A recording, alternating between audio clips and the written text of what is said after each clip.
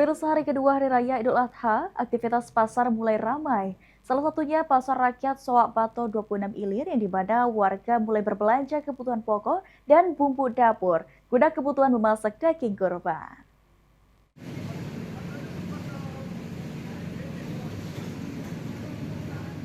Sejak pagi hari, pengunjung mulai memadati Pasar Rakyat Soak Bato 26 Ilir Palembang untuk berbelanja kebutuhan pokok dan berbagai kebutuhan dapur. Ramainya aktivitas jual beli terlihat di sejumlah lapak pedagang sembako dan penjual bumbu masakan. Pada momentum hari kedua Lebaran Idul Adha, dimanfaatkan masyarakat untuk mengolah daging kurban menjadi berbagai menu khas, seperti rendang, opor, hingga malbi. Kondisi ini juga membuat permintaan bumbu dapur mengalami peningkatan cukup signifikan dibandingkan hari biasa. Menurut Eli, salah satu pedagang sembako di pasar tersebut, pembeli didominasi oleh ibu rumah tangga yang mencari bumbu masakan yang telah dihaluskan agar lebih praktis digunakan untuk memasak. Alhamdulillah rame.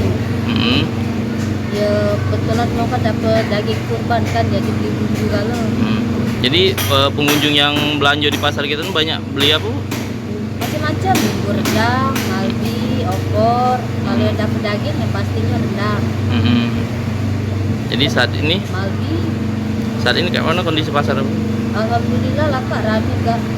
Dibanding ke hari biasanya kayak mana? Oh jauh, rame lah ini Idul Adha ini.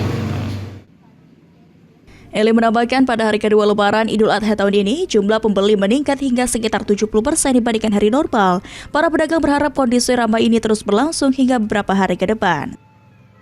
Suryadi, PAL TV.